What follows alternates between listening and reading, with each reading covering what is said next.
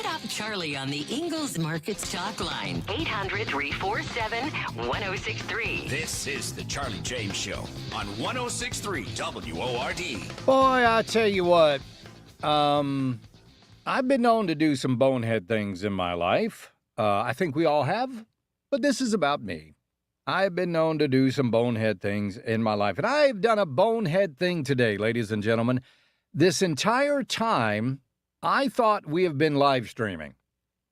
I mean, Tim, the whole time I was here, I was putting up the graphics, I was doing all of this stuff, and I was just looking up. I was like, wow, nobody's watching today. What's going on with this? Because there's a little eyeball up here that'll tell me how many people are tuned in over on Facebook and things. I'm like, what the heck's happening here?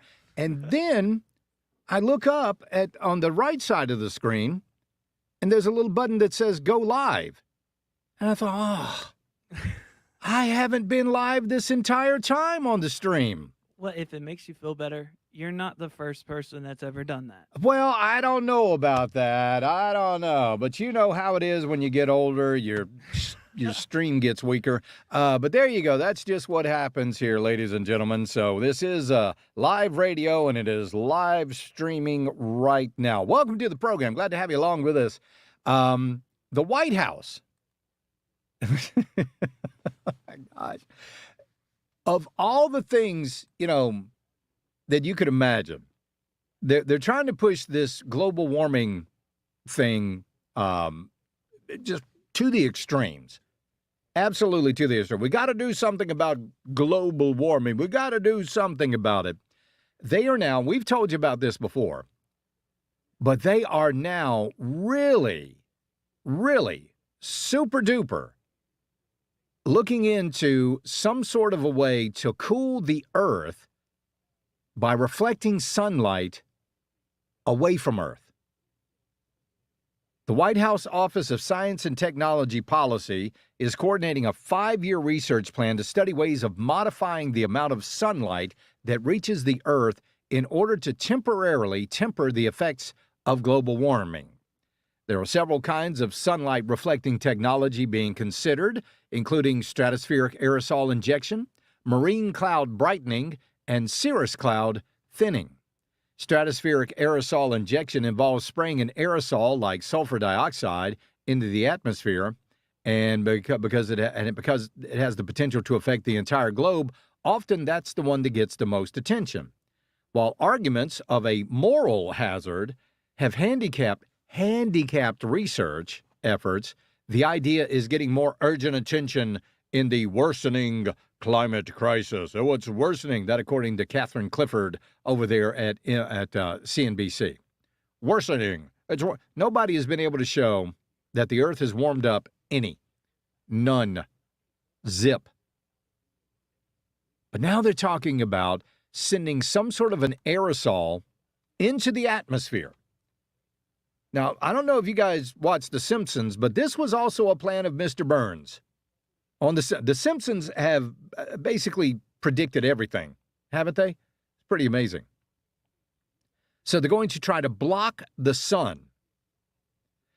Given the two alternatives between global warming on one hand and global cooling on the other hand, which would you rather have?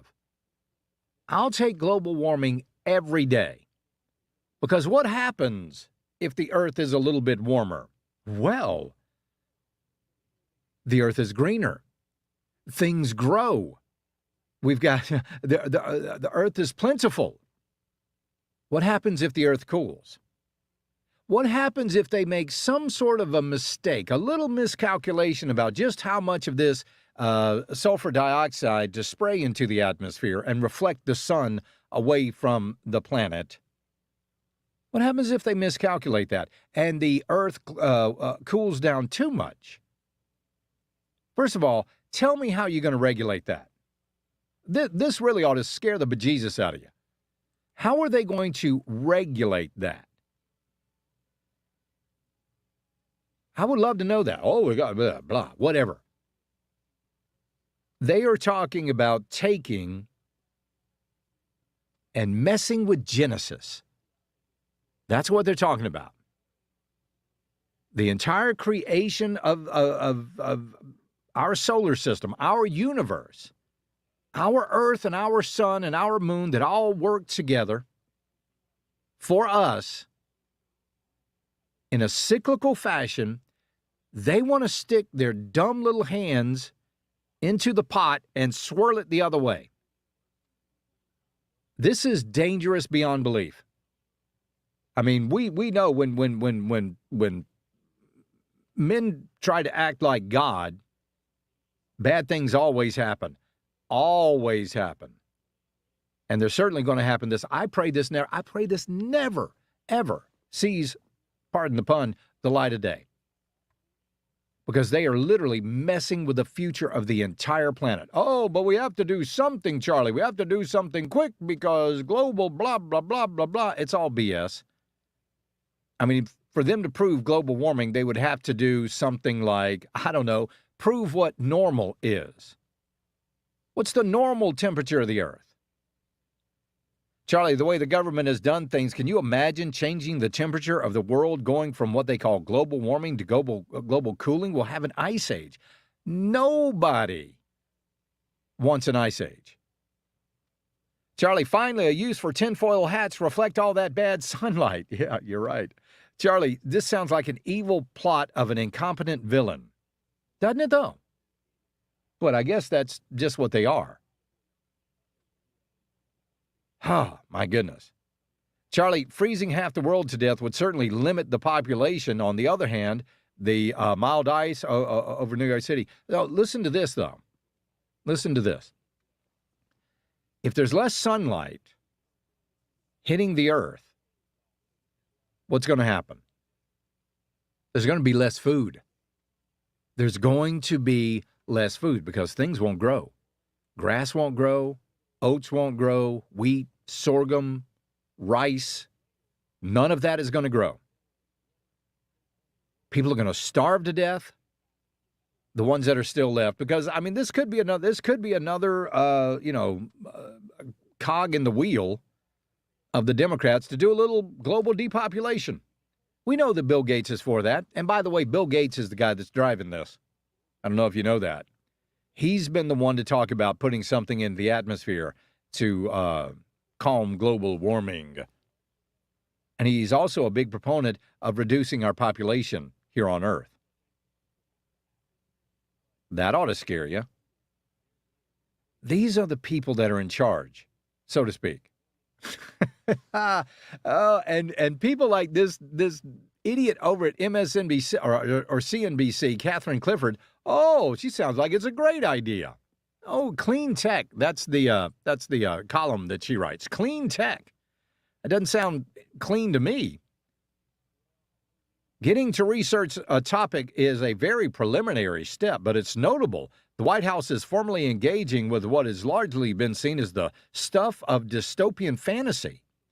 In Kim Stanley Robinson's science fiction novel, The Ministry for the Future, a heat wave in India kills 20 million people, and out of desperation, India decides to implement its own strategy of limiting the sunlight that gets the Earth.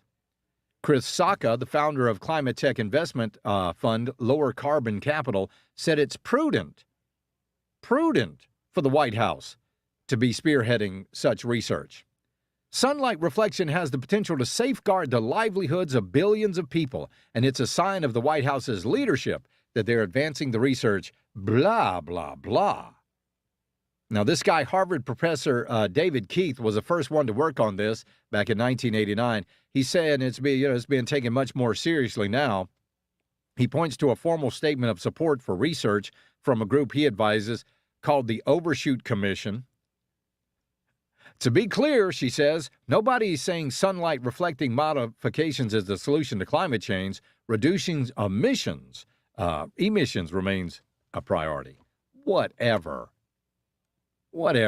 These people, boy, they ought to scare you. Charlie, Sue says, Charlie, seriously?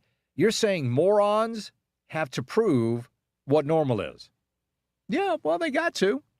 I mean, in order to say if the Earth is warming, you have to be able to tell what the normal temperature of the Earth is.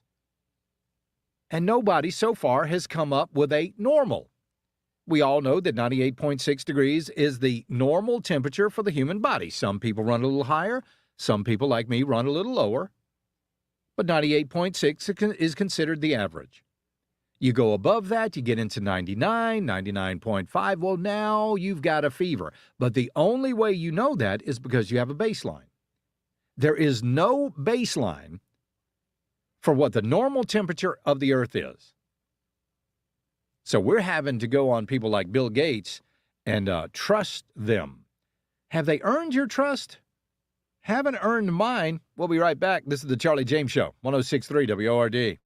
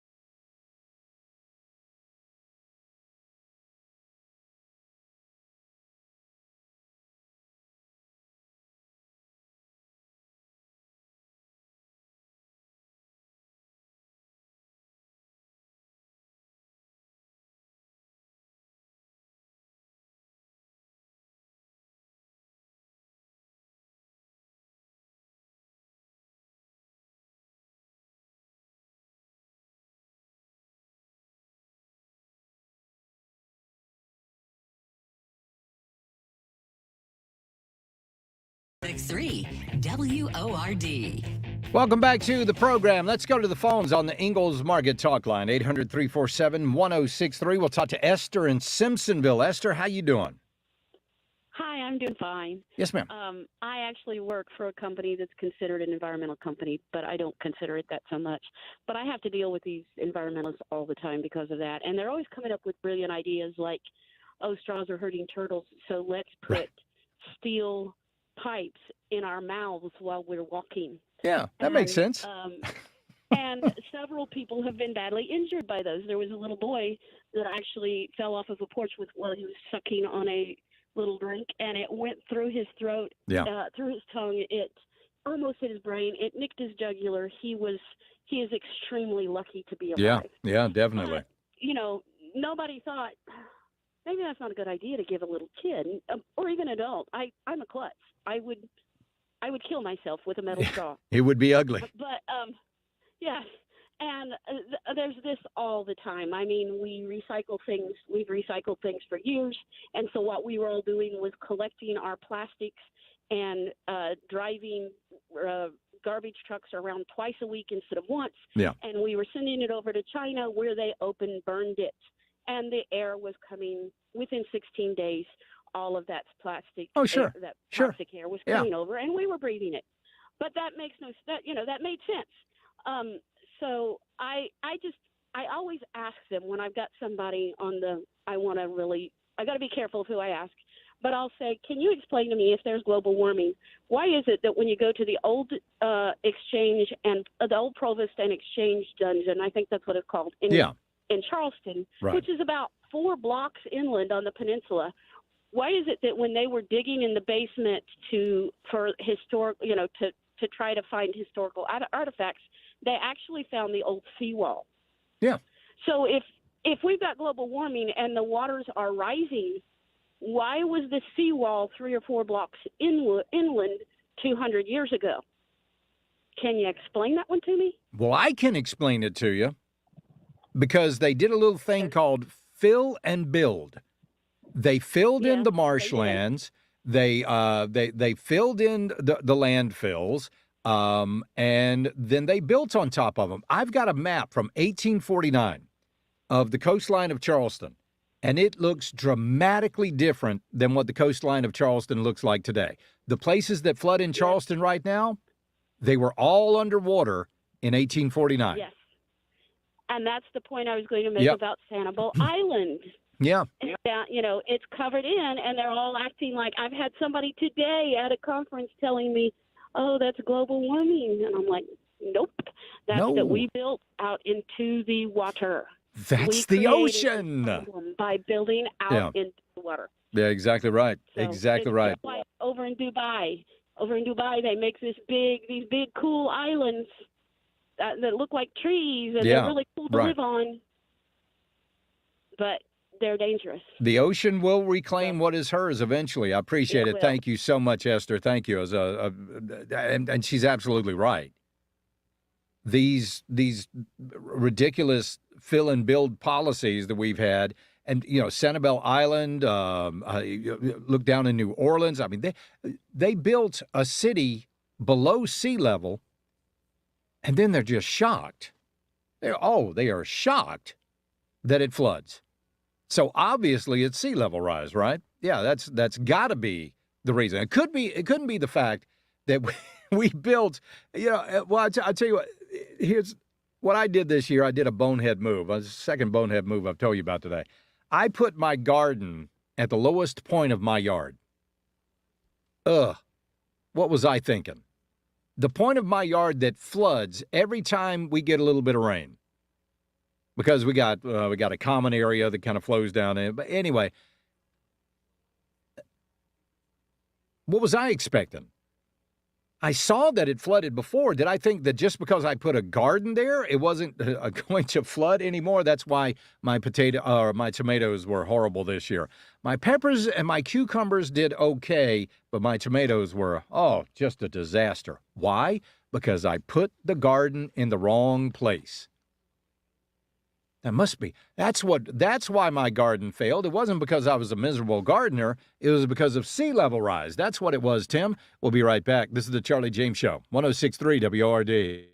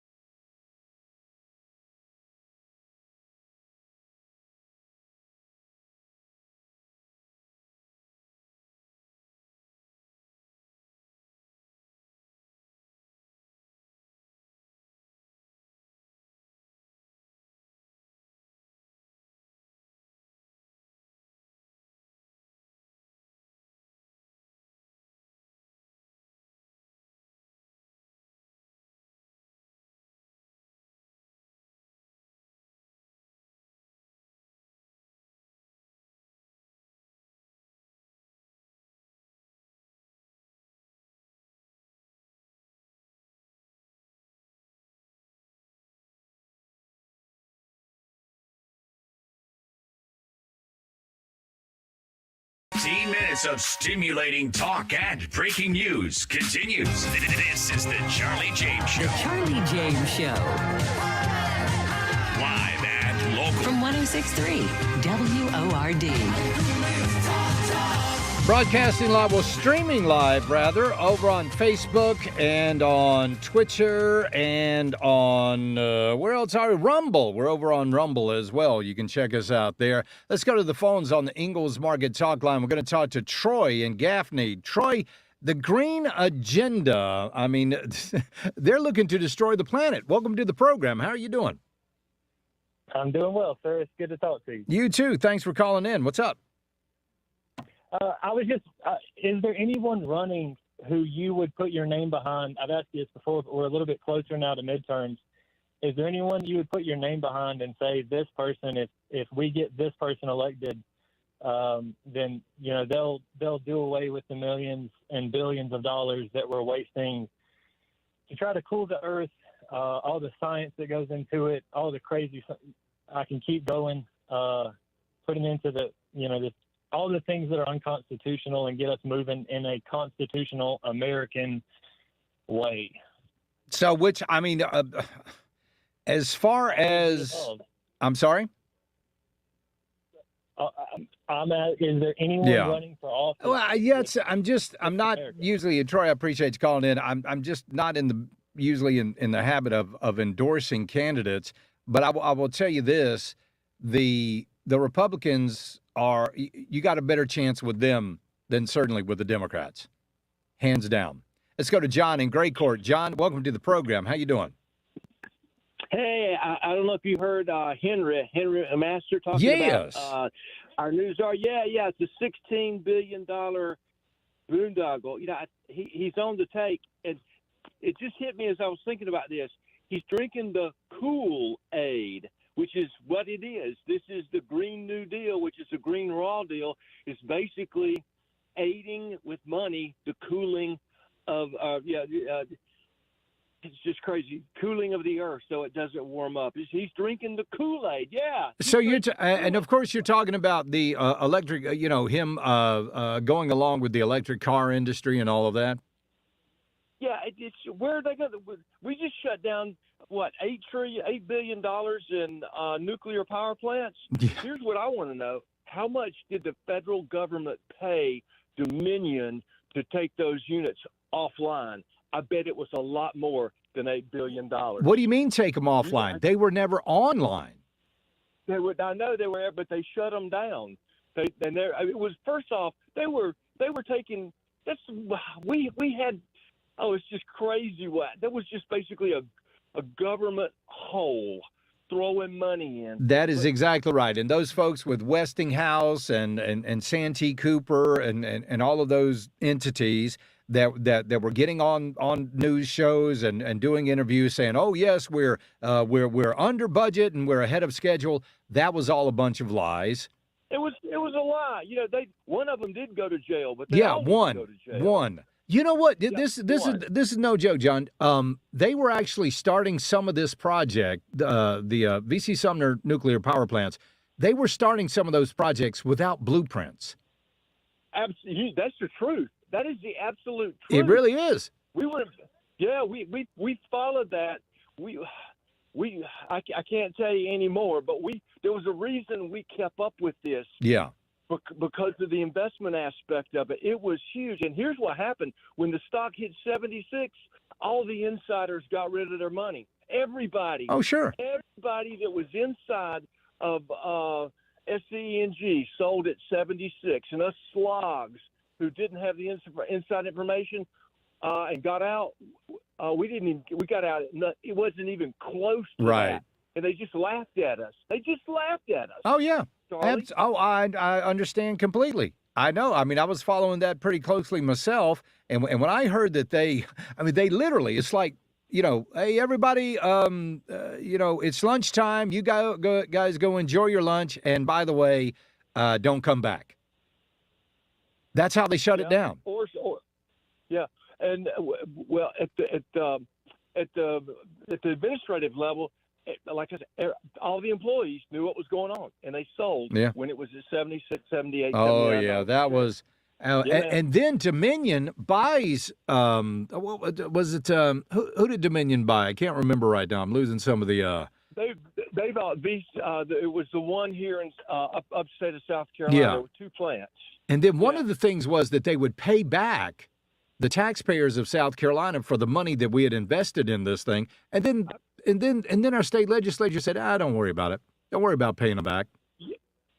Yeah, it was not. It was crazy. And if I tell you, if Henry McMaster had several body parts, a couple body parts in the spine and a brain, he would be preparing the state for a fossil future, because there's no way it can survive. There's no way this can work until all the communists and all the fascists get their money, and then it collapses, and we've got a new generation of billionaires. So let me ask you this. How do you feel, John, about electric vehicles being manufactured in South Carolina? I'm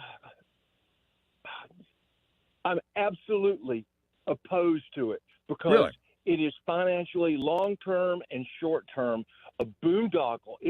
It'll be some jobs for a while, but it won't be jobs for very long. Who can afford $50,000, $60,000 vehicles? You're right. And where is the energy going to come from? That's right. So what we're going to do is everybody's going to rent their apartment and rent their car, and this is an attack on America. And global warming, it's a bunch of BS, man. Yeah, you're exactly right. BS. You're exactly right, John. I appreciate you calling in. I really don't have but I understand what John's saying. I mean, this isn't going to be a long-term thing with electric vehicles here in South Carolina. But listen, I don't have a problem with electric vehicles. If you want to make electric vehicles, if you want to buy electric vehicles, please be my guest. I'm all for it. You go right ahead. You think they're cool, if they're good for you, you go right ahead and do it. I just don't want them to be mandated on us like the government wants to do, like California wants to do, like a lot of other states. What is, I think New York. So California and now New York have said that there will be no internal combustion engine vehicles. I can't remember exactly how they worded it, but basically you won't be able to buy an internal combustion vehicle in those states after 2035, something like that.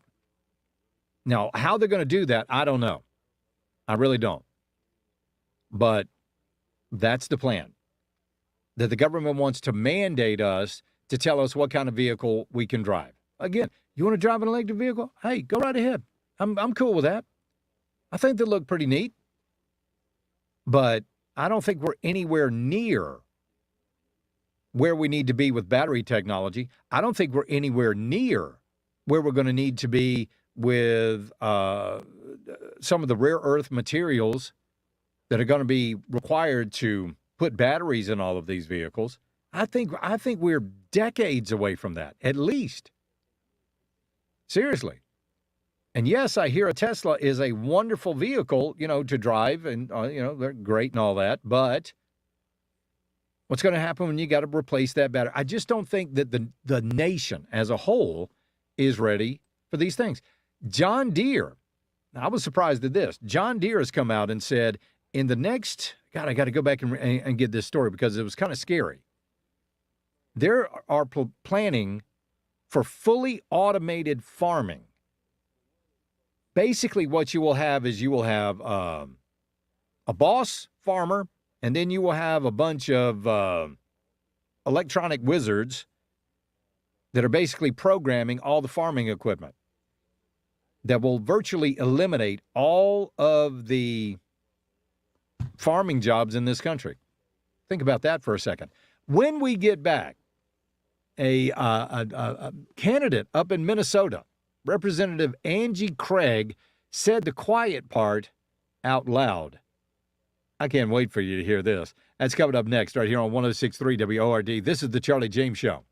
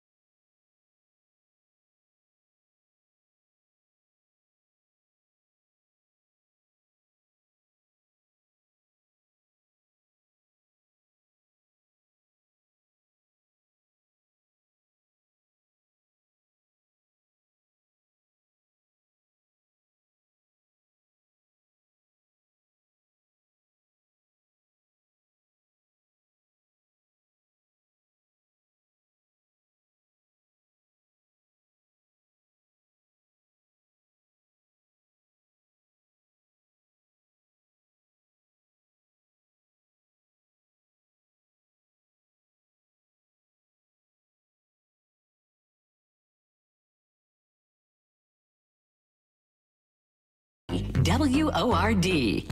Welcome back to the program. So up there in Minnesota, there, of course, like, a lot of states are having their state elections.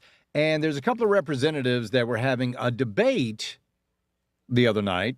And it was Tyler Kistner, who is a Republican, and he's going against Representative Angie Craig in the 2nd Congressional District there in Minnesota. If this guy, you ought to see the look on his face when Angie Craig said this, because it's priceless. He was like, oh, this is the goose that laid the golden egg. Here is what Representative Angie Craig, Democrat from Minnesota, said. Now, remember, she's a United States Congresswoman, and she makes a comment like this. I will never stop standing up for Big Pharma and standing against my constituents. Thank you. And standing against her constituents. Let's hear that again, because surely she didn't just say what I think she said. I will never stop standing up for Big Pharma and standing against my constituents. Interesting. She said and here's Tyler Kistner. He's looking like, ooh, oh, did she really just say that? Yeah, she really did. She really did say that. Absolutely. So I was telling you a minute ago about John Deere and what they were planning on doing. John Deere is planning on replacing. Now, John Deere, think about this. You've got a company that has been built by hardworking farmers here in the United States. I mean, they're the ones that bought your tractors. They're the ones that bought your combines. They're the ones that bought your hay balers. They're ones that they bought your stuff. You wanted that. Even Joe Diffie had that song, John Deere Green. Remember that? Billy Bob Loved Charlene. And he painted it up on the water tower in John Deere Green. John Deere Green, and that yellow was a symbol of quality to farmers all over America. American farmers made that company. And how is John Deere repaying American farmers? By replacing them with fully automated farming vehicles. And they're going to do it by 2030. Jorge Herod, that sounds American, Vice President of Automation and Autonomy for John Deere, said that he sees the company's future as being the leader in the manufacturing of robotics and artificial intelligence-infused equipment alongside with the tech giants of Silicon Valley. John Deere showcased a glimpse of its future line of automated farming machinery in January when it unveiled its fully autonomous 8R farm tractor driven by AI, artificial intelligence, rather than a farmer behind the wheel. So according to John Deere, the 8R is the culmination of Deere's investments in automation, data analytics, GPS guidance, Internet of Things connectivity, and software engineering. All of this research and development is a mix of homegrown research, as well as the result of acquisitions and partnerships with agritech startups. Oh, that sounds awesome, doesn't it? Doesn't that sound good? But who's going to be able to afford this? You think the average farmer is going to be able to afford the 8R? No, they are not. The average farmer might be able to afford a John Deere tractor, maybe. It's the big corporate farms that they're going to be looking at. That's going to be their customer base. The corporate farms. The corporate farms that are putting the mom and pop's farms out of business. That's their market. So, we did, it was a couple of days ago, we had National Farmers Day. Okay, let's take a look at this. 99% of U.S. farms are owned by individuals, family partnerships, or family corporations. 99%. But do you think any of those farms are going to be able to afford the 8R? Farmers will have to grow 70% more food than what is currently produced to feed the world's growing population by 2050, or we just need more farmers. Each American farmer produces food and fiber for 165 people annually, both here in the United States and abroad. 8% of U.S. farms market food locally through farmers markets and food hubs. 1 day's production for a high-producing dairy cow yields 10.5 pounds of cheese, and women make up 30% of today's farmers. More than 20% of all farmers are beginning farmers, and 257,454 farmers are millennials. You think any of those people is going to be able to afford a 8R automated farming implement? No, of course not. No. This will be the end of the small farm. It just will. I mean, that's, listen, do what you want, but just understand that is what the future is going to bring. That this is going to be happening. That they're going to try to go fully automated on farming, and that is going to hurt the average American farmer. And what is that going to mean? What's that going to mean? Honestly, what's it going to mean? It's going to mean that corporate farms are going to be buying up more and more small farms, like they're already doing. And then they, and they alone, will be able to set the price of the food that you eat. They'll be able to do it. Eliminate the competition.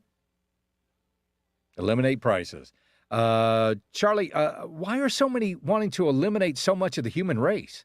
It looks like the elite are wanting to have robots meeting all their needs. Well, you just answered your own question. The elites think you are unnecessary. You don't matter. Why do I need you? I've got automated equipment.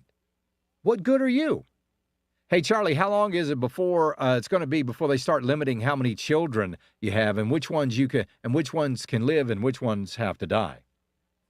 I don't think it's very far off. Charlie, how's the population growing when they killed the population with COVID and the COVID vaccine? Well, they certainly tried, didn't they? Certainly tried on that one. We'll be right back. This is the Charlie James Show, 106.3 WORD.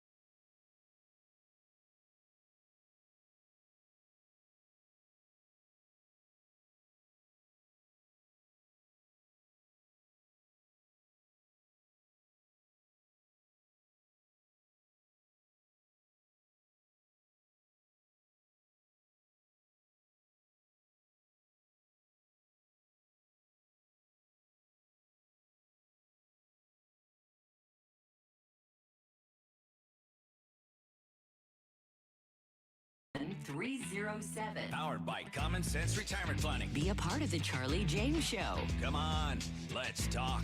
1063 WORD. From the Common Sense Retirement Planning text line 71307. Hey, this texter was talking about why we need to grow more food when they're actually looking at depopulating the planet. Does seem kind of a little bit like a little irony there. Hey, Charlie, I answered my own question. They've already started with the puberty blockers. Our children and grandchildren will not be able to have children. Funny you should bring that up, because Representative Jeff Duncan tweeted this out today, and he is spot on. This is absolutely great. He said, remember when the media and liberal politicians stigmatized the emergency use of hydroxychloroquine and ivermectin on adults because the FDA haven't approved it for the use in COVID? You remember that. Oh, no, even though you had the frontline doctors up there saying, listen, this is hydroxychloroquine is the bomb. You guys need to be using this prophylactically.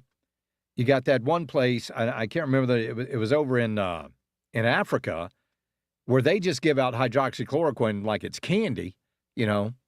It's almost like you go up and they got a little machine there where you put your nickel in and get you a hydroxychloroquine, kind of like a gumball machine. They had the lowest rate of COVID on the planet.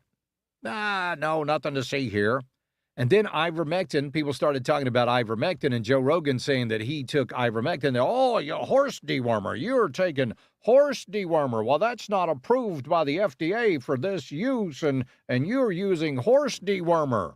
That's all we heard, right? Well, listen to this. Oh, you can't use pharmaceuticals that are off-label like that. You just can't do it. You can't. That's for parasites. It can't be used for anything else. Oh, really? Well, apparently they don't feel the same way about puberty blockers. Listen to this. This is according to Reuters. Puberty blockers and sex hormones do not have U.S. Food and Drug Administration approval for children's gender care. No clinical trials have been established for their safety for such off-label use.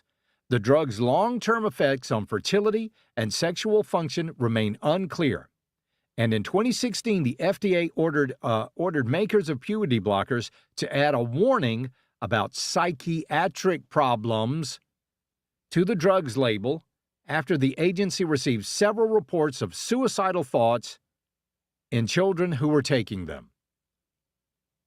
The FDA has not approved puberty blockers for children for gender care. There are other certain actual reasons that we have puberty blockers that are necessary for some kids with some ailments, for lack of a better term, some conditions. But you shouldn't just be giving them out willy-nilly to anybody that is having questions about their gender identity, probably put in their heads by their teachers or their parents, or confusion about who they are. Even the FDA said, listen, no, we don't know what these things are going to do. We have no idea. These things were developed for a very small group of people who have conditions that warrant using puberty blockers. It's not for just anybody that's underage that thinks they don't want to be a boy or they don't want to be a girl. They don't know what's going to happen with fertility, sexual function, and there are also some psychiatric issues with the drug as well.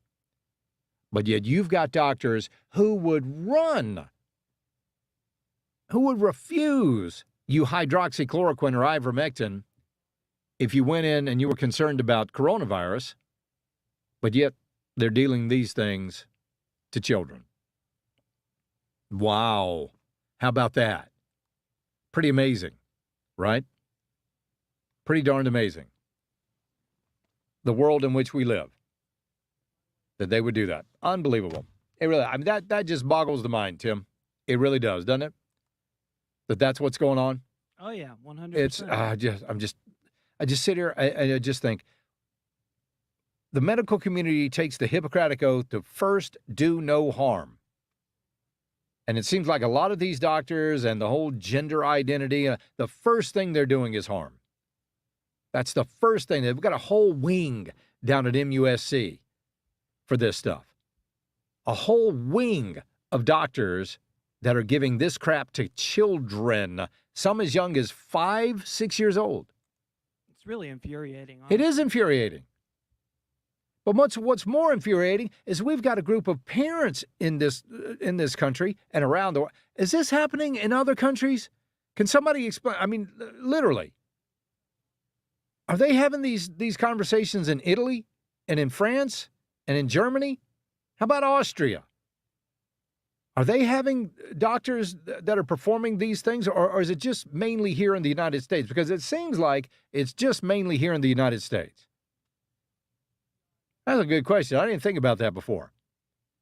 Is this a global phenomenon, or is it just local here in the United States? Well, a lot of people think it's local here in the United States, mainly because of where these children are coming from. These kids primarily who are undergoing trans surgery, top surgery, bottom surgery, having puberty blockers administered to them, they're primarily from liberal areas, heavily liberal areas. And if this was a global phenomenon, then all areas would be seeing the same increase in the amount of people. But the meteoric rise of people claiming to be transgender, man, it's like nothing we have ever seen. Nothing we have ever seen before. And you have to look at the parents for this. Maybe it's the new cool thing. And one parent did say, "Oh no, if you're a parent of a trans child, you are more special than the parent of a regular child," or however they put it. But that's the feeling. Look at me, feel sorry for me, or admire me more so. Admire me, how wonderful I am because I am the parent of a trans child, and so therefore, I must be respected and tolerated. You have to tolerate me. I think that might be it. They just want to be not so much respected, tolerated. Probably the people you normally wouldn't tolerate at all. We'll be right back. This is the Charlie James Show, 106.3 WORD.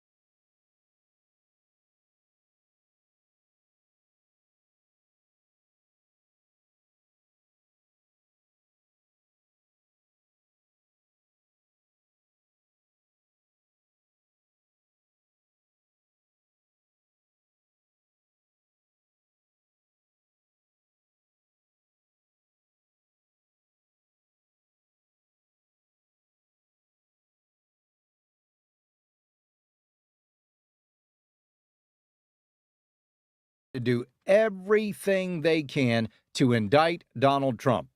And this is just the first step. Again, if you missed that story, the January 6th Commission voted today unanimously, including Adam Kinzinger and Liz Cheney, of course, especially, really. I bet there might have been some Democrats that were wavering on it. I bet there might have been some Democrats thinking, is this going to come back to bite us? Is this really something we ought to be doing? Is this the right thing to do?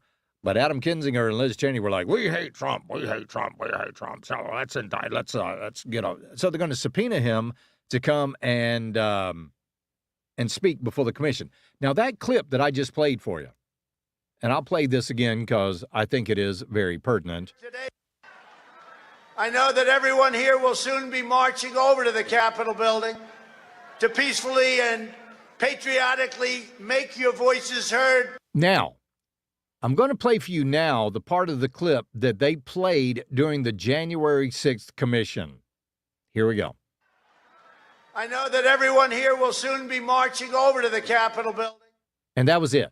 And then they cut to scenes of people and violence and all of that stuff. They left out the peaceful and patriotically. Completely left that out. Well, why not? Why shouldn't they? This is not a hearing. It's not a trial. It's just a committee. It's just a committee that is out for one thing, and that's to indict Donald Trump, no matter the cost, no matter what. It doesn't matter if it's moral. It doesn't matter if it's ethical. It doesn't matter if it's the right thing to do or not. None of that matters. Get Donald Trump. This has been the mantra of these people from the get-go. Get him. Just get him. Whatever you have to do. Well, I got this Steele dossier. Get him. It's not verified. Get him. Yeah, but I paid Christopher Steele $1 million to verify it. Okay, we can't do it. Do it. Yeah, well, one of the guys on the dossier lied about it. Do it. Yeah, but we can't lie to the courts. Lie. That's what they've been doing the whole time. This is it. This is it. Charlie, what can the January 6th Commission do if Trump does testify and pleads the fifth to every question? Oh, they'll lambaste him. They will lambaste him. 100%. 100%. That's it. Oh, you can't. Well, they will say, you watch, they will say that this is an admission of guilt. What, you watch, it'll happen. Charlie, I think it might actually be good for Trump if he went in front of this sham committee. I think it would be disastrous. I really do. Because anything he says that they catch, I mean, he gets one date wrong. He gets a day wrong. He gets a name wrong. He gets a circumstance wrong. He misremembers something like we all do on occasion. And boom. Boom. That's perjury. You just perjured yourself. Here's your indictment. Enjoy jail. But no, this is a perjury trap. That is all it is. Charlie, if Democrats didn't lie or make up stuff, they'd be lost. Well, they wouldn't have anything to talk about, would they?